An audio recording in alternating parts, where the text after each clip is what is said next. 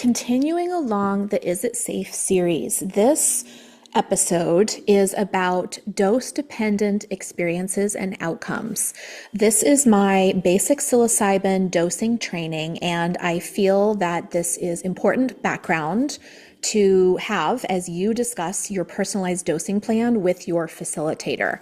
So the number one confusion that we get from clients around dosing is the translation of dosing by dried mushroom weight in grams, such as 2 grams, 3 grams, 4 grams, to dosing by potency tested psilocybin analyte expressed as milligrams per gram of mushroom. For example, 10 milligrams of psilocybin per gram of mushroom would be a 1% potency inside a psilocybin mushroom. Now, clients who have done psilocybin in the past are accustomed to dosing by dried mushroom weight, and they assume that this is standardized, but it absolutely is not. A good analogy that I like to use with alcoholic beverages, for example, this is helpful to help explain this concept, right? So with alcohol, saying that you drank 5 ounces of wine doesn't tell someone really how much alcohol you've consumed, right? Some wines might have 10% alcohol by volume and others might have 15%. And psilocybin mushrooms vary wildly in terms of the psilocybin potency. Different harvests of the same mushrooms being grown the same way are going to have different potency. Potency even varies between individual fruiting bodies of the same mushroom harvest, which is why taking a homogenized powder, which we serve at our center, leads to more accurate dosing than consuming the whole dried mushrooms. So on the lower end, low potency mushrooms may only have 2 to 3 milligrams of psilocybin analyte per gram of dried mushroom. An average potency one contains about 6 to 7 milligrams per gram. Double potency mushrooms, of course, would have around 12 milligrams per gram. And the highest that we've ever seen was a varietal that was just tested at just over 21 milligrams per gram. Now, as I'm talking, I'm going to put up here a chart showing the historical distribution of psilocybin potency in samples that are tested by Rose City Labs. Rose City Labs is Oregon's single psilocybin potency testing facility that is licensed by Oregon Health Authority, and they have very sophisticated equipment, like $100,000 equipment, right? And they are very accurate testers, and every harvest must be tested across all of Oregon's programs and all of its growers. As you can see from this, saying I took a 5-gram Heroes dose of mushroom doesn't mean a whole lot, right? This could range anywhere from taking maybe 10 milligrams of psilocybin in a low potency strain like B+ growing in the wild to over 95 milligrams in a super high potency strain, such as an albino variant of Golden Teacher. Albino variants tend to have higher potency and are often bred by cultivators specifically for higher potency. So now that I've clarified the difference between potency and weight, I want to provide a spectrum of expected effects at different dose ranges. So please just keep in mind that this would be for an average sensitivity individual with no serotonin blunting factors. A serotonin blunting factor would be, for example, taking a medication or a substance that is known to lower overall serotonin sensitivity in the brain. So we have found, for example, that clients who take cannabis daily and in heavy doses, heavy meaning 40 milligrams or more per day, right? So this is a very heavy daily user, are substantially desensitized from psilocybin's effects. These clients will need to take higher doses of psilocybin to achieve the same effects as someone without this daily cannabis use. This person without the daily cannabis use would be able to achieve the same effect with a lower dose of psilocybin. So usually these blunting factors will need somewhere between 1.3x to 2x, in other words, 30% to 100% more. The typical dose to feel the same effects. Okay, so as I go through this, just keep in mind that this is for just an average sensitivity individual.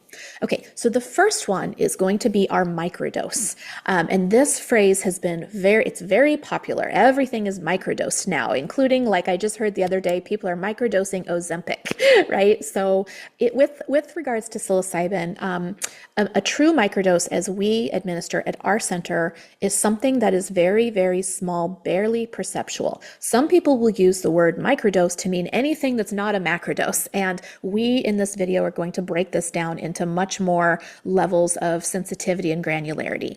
So a true microdose is 0.5 milligrams to 1 milligram of psilocybin analyte, keeping in mind that people who are on SSRIs or people who have daily heavy cannabis use, for example, might find that equivalent up to like 2 milligrams of psilocybin analyte. But a true microdose is about 0.5 to 1 milligram of psilocybin analyte is what we have found for the average sensitivity individual. And so for a average potency mushroom, right, this might be about 50 milligrams to 100 milligrams of dried mushroom by weight. A microdose is really meant, as I said, to barely be felt. Now, if you feel absolutely nothing 1 to 2 hours after taking a microdose, you probably need a stronger dose. Barely felt effects typically include positive changes like being less stressed, being more able to focus, being more calm, more empathetic, more connected to others, those sorts of things. But especially when we begin a microdose regimen, it is common to go through a temporary rebalancing phase where the first few times you take a microdose, you may feel tired, you may feel irritable, you may feel really sad. And that's because these are repressed feelings the microdose is bringing up to the surface. It's asking you to pay attention to these things, right? Remember that psilocybin is an anti-dissociative. So by listening and processing these things, they will eventually go away, right, as they balance out. So like if your first 3 days of microdosing, they make you feel tired, for example, it just means your body's asking you to rest. You've probably been burning the candle at both ends. You won't always feel tired on your microdose days after you've caught up on your rest, just like you won't always feel sad once you've processed whatever it is that has made you sad, right? So that's really what a microdose is. Now, the next one up is something that me and my team call the social dose. This doesn't necessarily mean that it's appropriate to take recreationally or whatever, but I call it the social dose because it can feel similar to taking a couple glasses of wine or a social dose of cannabis, for example. This is a dose in which you feel typically more laid back and more relaxed. It can have kind of sedative effects. It can feel like you've taken almost like a muscle relaxant. It is a great dose to take in a group ceremony, a therapeutic group ceremony, because the effects aren't so much that you just want to lay down and be by yourself or have trouble listening to others and processing verbal input, but you typically feel very connected to other people. There's feelings of love and compassion that are usually brought forth. And then sometimes there can be some giddiness, some giggles, or some euphoria. I just want you to keep in mind at this dose that if you are going through a tough time, like active grief that's still processing from some loss that's very, very fresh, this dose probably will also bring those feelings to the surface. Again, remember that psilocybin is an anti-dissociative. It does the opposite of most medications, which suppress symptoms. Psilocybin is an anti-suppressant. It opens up boxes of things that are repressed, right? And so its usefulness in this arena is to truly face and process them, then release them. This is what is meant by true and lasting healing. So if you aren't ready for this yet, it's probably not a good time to take psilocybin even at this low of a dose. Now, this dose is not consciousness altering. People can still be up and about on this dose. Some people enjoy nature on this dose who are not doing this through a legal program. Colors will usually be more vibrant, and this can lead to an increased perceived beauty in nature as well. For an average potency mushroom, or like in the underground world, this is kind of close to around like a half to 2/3 of a gram type of dose, right? So just so you have a little bit of some context if you have done mushrooms in the past. Okay, the next step up from that 2 to 4 milligrams is what I call the twilight dose. The twilight dose is roughly around 8 to 12 milligrams, again, of psilocybin analyte. We call this dosage range a twilight dose because it puts people on the cusp of being in a consciousness altered state. So usually 10 to 15 milligrams is the threshold of altered consciousness, which we call launching, right? It just puts people in sort of a different state. So we call it launching for whatever reason. Some sensitive clients will enter this altered state, even on doses as low as 6 to 8 milligrams, but the average is somewhere between 10, 12, 15 milligrams, kind of in that range. And this twilight dose is generally going to feel like a pretty strong sedative. It is usually very relaxing and very gentle. Your muscles may feel heavy. For example, your arms might feel floppy. You might want to lay down and just relax or meditate. You may have some very, very light visual distortions in this range, and you might start to have some what we call mind's eye hallucinations or just perceptions, right? Some visuals that come up in your mind as opposed to physically seeing them with your eye. So again, remember we differentiate mind's eye visuals. These are things that pop up internally in your brain versus external visuals, which is something that you believe you're physically seeing with your eyes. So you'll find in general that you have a lot of control at this dose. Some of my facilitators call it the teeter-totter dose, where you can close your eyes, you can focus, and you can consciously bring forth a full journey if you wish to. But you can also opt out and say no very easily and stay what we say in the shallows, right, with your typical reality and your typical consciousness. So some people find this dose uncomfortable because they don't like straddling both worlds. Some people call this a purgatory dose. I find this dose to be very beautiful and very gentle, especially for people who have experienced trauma or they have fear around taking a deeper dose. So this is a great training wheels dose, right? To prepare someone more substantially for a full experience than a microdose would do. In fact, on this note of training wheels, a lot of people call ketamine the training wheels for psilocybin, but the truth is ketamine oftentimes feels very differently. And then of course you're going to a different center, you're working with a different provider, different environment. Like a lot of times if you do IV, you're hooked up to a machine, not always, some are intramuscular, but, or oral. But anyways, it's a different substance in a different setting. So honestly, if your ultimate goal is to take psilocybin, I highly recommend you go to the same center, whether it's us or someone else, and you request a low dose introductory session, not going over, it could be 4 milligrams or 8 milligrams or maybe up to 12 milligrams, but no more than that, because that to me is going to be a way more appropriate training wheels dose for a large dose of psilocybin than ketamine would be if it's your ultimate goal to take psilocybin therapy. So that's just my note on that. Next one up is what I call a gentle journey dose. This is in the 16 to 20 milligram range. So this dose is predictably above the consciousness altering threshold for the average sensitivity individual, and it will lead to a classic journey experience, but it typically will be more gentle and soft. And what I mean by that is that this dose is sufficiently high enough to impact the default mode network that we've talked about earlier, and it leads to the brain reset effect, but the physical, visual, and psychological effects usually are not very intense at this dose. So this makes it an excellent dose range to do things like process grief and emotions. And it also makes it a great first-timer dose if you opt not to do the introductory dose. So again, it's worth noting that individuals will vary greatly in their sensitivity. Some people will barely feel this dose in a consciousness altering way, and it may not launch them, right? So some people may feel underwhelmed or disappointed by this dose, and then other highly sensitive individuals are going to have a potentially very intense experience even at this dose range. And that is why it is so crucial to discuss the various dosing factors with your facilitator during the preparation and planning period.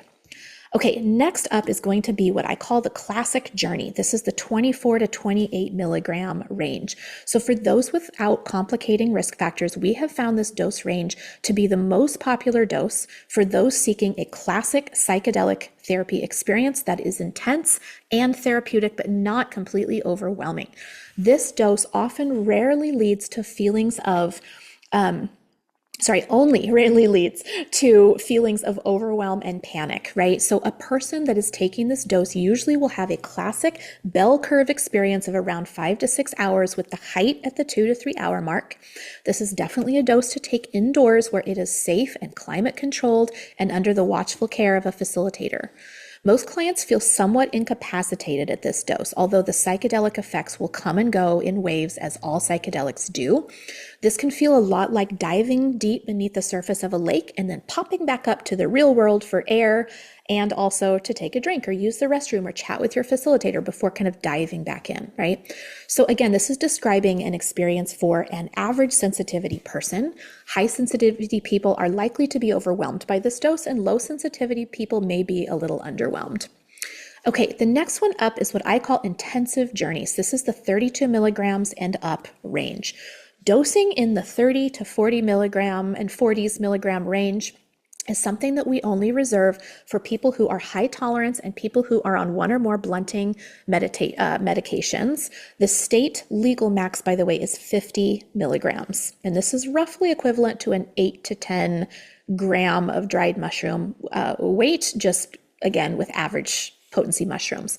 So taking a dose in this range, if you are an average sensitivity individual, is likely to lead to temporarily induced psychosis in some form or severity. This means you will lose touch with some or all elements of reality. The first element of reality to go is usually around your societal, cultural, or individual narratives, which often also happens, by the way, at the lower doses. Next may come elements of your identity or other labels, which again often also happens at the lower levels as well. But in the heaviest dose of psychedelics, before just unconsciousness occurs, you may lose sense of physical reality as well. You may not know where you are. The world around you may feel like it's melting or dissolving, and this can be extremely disconcerting, even if there's a part of your brain that recognizes it as not true, okay? So it's important to know that these effects are transient if this does happen to you, and they will be gone as soon as the psilocybin has been processed, which is just a matter of hours. However, while they're occurring, it can be completely overwhelming, and this is something we are trying to avoid with our clients, okay? The lesson here is that more is not better. We caution clients against using rationale like I want to get my money's worth, or I like to push the envelope, or even, using ego-driven dosing decisions of like, I want to brag to my friends. So this is the same concept applied to anything else, right? When you go out for a nice meal, you order a main entree, maybe an appetizer, but you don't go order everything on the menu and then try to force feed yourself, right? And if you want to enjoy a nice glass of wine or two, great. That's different than guzzling down 2 bottles in 30 minutes. So as with anything, moderation is key.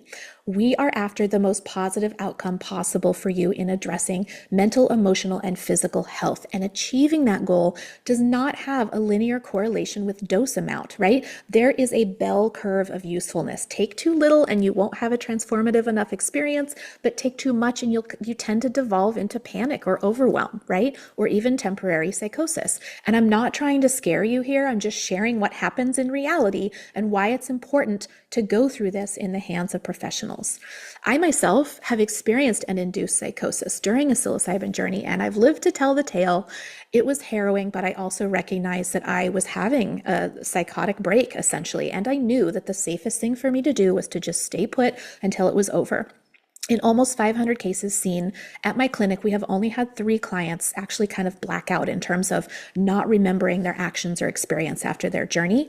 All 3 clients acted disruptively during their session and then had no or vague memories of it afterwards. One of these clients was actually acting in a way that put their safety at risk and absolutely needed the care and intervention of our team. So it is rare, but it does happen, right? So these substances provide powerful effects. They are not a toy to play with. Not respecting their power will predictably lead to harmful outcomes, and that will only further perpetuate the stigma around psychedelics. Psychedelics are not the problem. It is human ego and hubris that are typically the problem by wanting to push the envelope. So that is my main caution for this section.